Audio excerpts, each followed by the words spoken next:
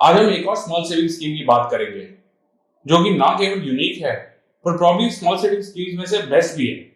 आज का हमारा ये वीडियो सुकन्या समृद्धि योजना के बारे में है। आप में से बहुत लोगों ने इस स्कीम के बारे में सुना भी होगा और शायद इन्वेस्ट भी किया होगा। फिर भी बहुत से इन्वेस्टर्स ऐसे हैं जिनको इस स्कीम के बारे में सारी डिटेल्स नहीं मालूम। तो आज के इस वीडियो में हम आपको बहुत ही सिंपल लैंग्वेज में सुकन्या समृद्धि योजना के बारे में सारी डिटेल्स देंगे। मैं हूं गौरव सेठ और आप देख रहे हैं जेड फंड्स। जैसा हमने आपको बताया, आज हम सुकन्या समृद्धि योजना के बारे में बात करेंगे। ये स्कीम स्पेशली गर्ल चाइल्ड को ध्यान में रखते हुए बनाई गई है।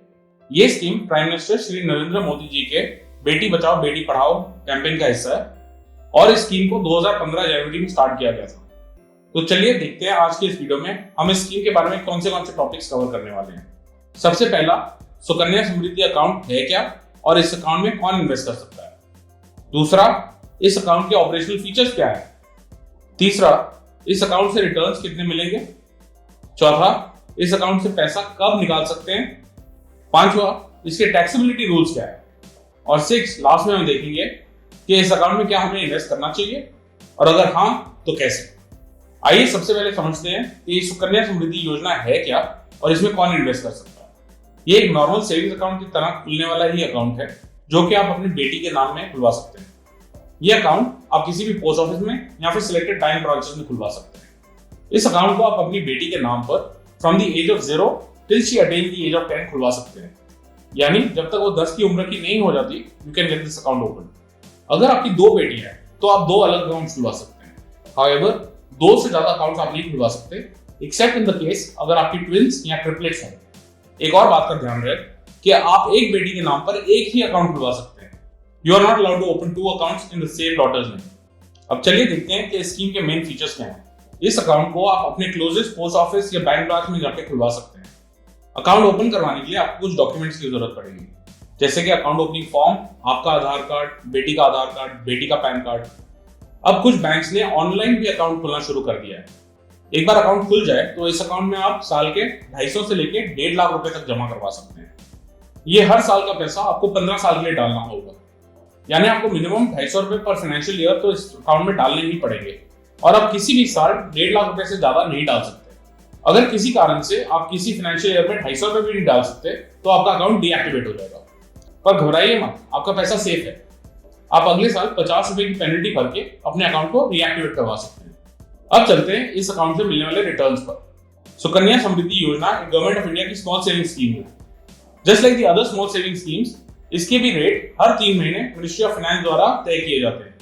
31 मार्च को अनाउंस किए गए रेट्स के हिसाब से for the quarter April to June 2020 Sukanya Samriddhi Yojana पर दिए गए रेट्स 7.6% थे। जैसा आप अभी स्क्रीन पर देख पा रहे हैं, सब स्मॉल सेविंग स्कीम्स में से इस स्कीम पर हाईएस्ट रिटर्न मिलती है।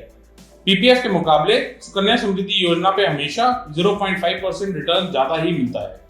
अब जब हमने समझ लिया कि पैसा कितना डालना है, कहां डालना है और इस पर हमको रिटर्न्स क्या मिलेंगे, तो जरूरी है ये जानना कि ये पैसा हमको कब मिलेगा। पैसा आपने डालना तो है 15 साल के लिए, बट ये आपको वापस मिलेगा 21 years after opening of the account, यानी 21 साल from the date you open the account. मतलब लास्ट 6 इयर्स के लिए आपने कुछ नहीं डालना, पर आपका जितना पैसा जमा हो चुका है उस पर आपको ब्याज जरूर मिलता रहेगा। हाउएवर इस रूल पर कुछ एग्जेम्पशन भी हैं। रूल्स कहते हैं कि जब आपकी बेटी 18 साल की हो जाए तो उसकी हायर एजुकेशन के लिए या शादी के लिए आप जितना भी आपका बैलेंस पड़ा है उसका 50% निकलवा सकते हैं। इसके लिए आपको बैंक या पोस्ट ऑफिस में कोई प्रूफ देना होगा, जैसे कि एडमिशन लेटर किसी यूनिवर्सिटी की। बाकी के जो पैसे हैं वो आपको 21 साल के बाद ही मिलेंगे। चलिए इसे एक एग्जाम्पल के साथ समझते हैं। मान लीजिए आप एक सुकन्या समृद्धि अकाउंट तब खुलवाते हैं जब आपकी बेटी की उम्र 5 साल थी। इस केस में आपको पैसा हर साल जमा करवाना है जब तक आपकी बेटी की उम्र 20 साल नहीं हो जाती, यानी 5 + 15। और नॉर्मल कंडीशन में आपकी बेटी को यह पैसा मिल जाएगा when she is 26, 5 + 21। पर जब वो 18 की हो जाती है और अगर उसको हायर एजुकेशन के पैसों की जरूरत है तो आपका जितना भी बैलेंस पड़ा है उसका 50% आप विड्रॉ कर सकते हैं। इस विड्रॉल के बाद अगले 2 साल के लिए आपको पैसे जमा करवाने पड़ेंगे, मिनिमम 250 रुपए, मैक्सिमम 1.5 लाख रुपए पर फाइनेंशियल ईयर।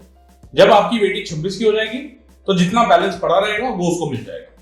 अब देखते हैं कि इस अकाउंट के टैक्स रूल और टैक्स बेनिफिट्स क्या हैं। सुकन्या समृद्धि योजना ठीक पीपीएफ की तरह EEE यानी एग्जेम्प्ट कैटेगरी में आती है। आप जो भी रकम इन्वेस्ट करते हैं हर साल, वो आप अपने इनकम के अगेंस्ट डिडक्शन ले सकते हैं for the calculation of tax. This is under section 80C of the income tax act. इसके अलावा आप जो अकाउंट पर इंटरेस्ट कमाते हैं हर साल, वो भी टैक्स फ्री है। जो आपकी मैच्योरिटी पर अमाउंट मिलती है, even that is tax exempt. ये तो थे इस स्कीम के बारे में फीचर्स। तो अगर आपकी एक बेटी हो तो आपको क्या इस अकाउंट में इन्वेस्ट करना चाहिए?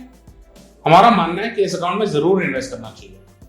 इसके कई कारण हैं, पर जो मेन कारण है वो हम आपको बताते हैं। नंबर 1, ये अकाउंट गवर्नमेंट ऑफ इंडिया द्वारा गारंटीड है, which means it means the highest level of security, बहुत ही सुरक्षित है। नंबर 2, इस अकाउंट से मिलने वाले रिटर्न्स बाकी सेविंग स्कीम्स और फिक्स्ड डिपॉजिट से ज्यादा है। नंबर 3, इस अकाउंट के टैक्स बेनिफिट्स भी बेस्ट है। नंबर 4, एक डिसिप्लिन वे में इन्वेस्ट करने का ये बहुत अच्छा तरीका है। एंड नंबर 5, अपनी बेटी का फ्यूचर सिक्योर करने का ये बहुत ही अच्छा साधन है। इस अकाउंट में इन्वेस्ट करने के लिए आप अपने बैंक में स्टैंडिंग इंस्ट्रक्शंस दे सकते हैं।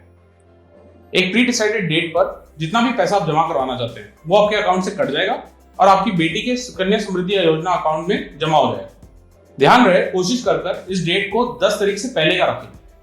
10 तारीख से पहले जमा हुए पैसे उस महीने का भी ब्याज पूरा देते हैं। जैसे मान लीजिए आप मई 9 को पैसा जमा करवाते हैं तो आपकी बेटी के अकाउंट पर पूरे मई का भी इंटरेस्ट मिलेगा।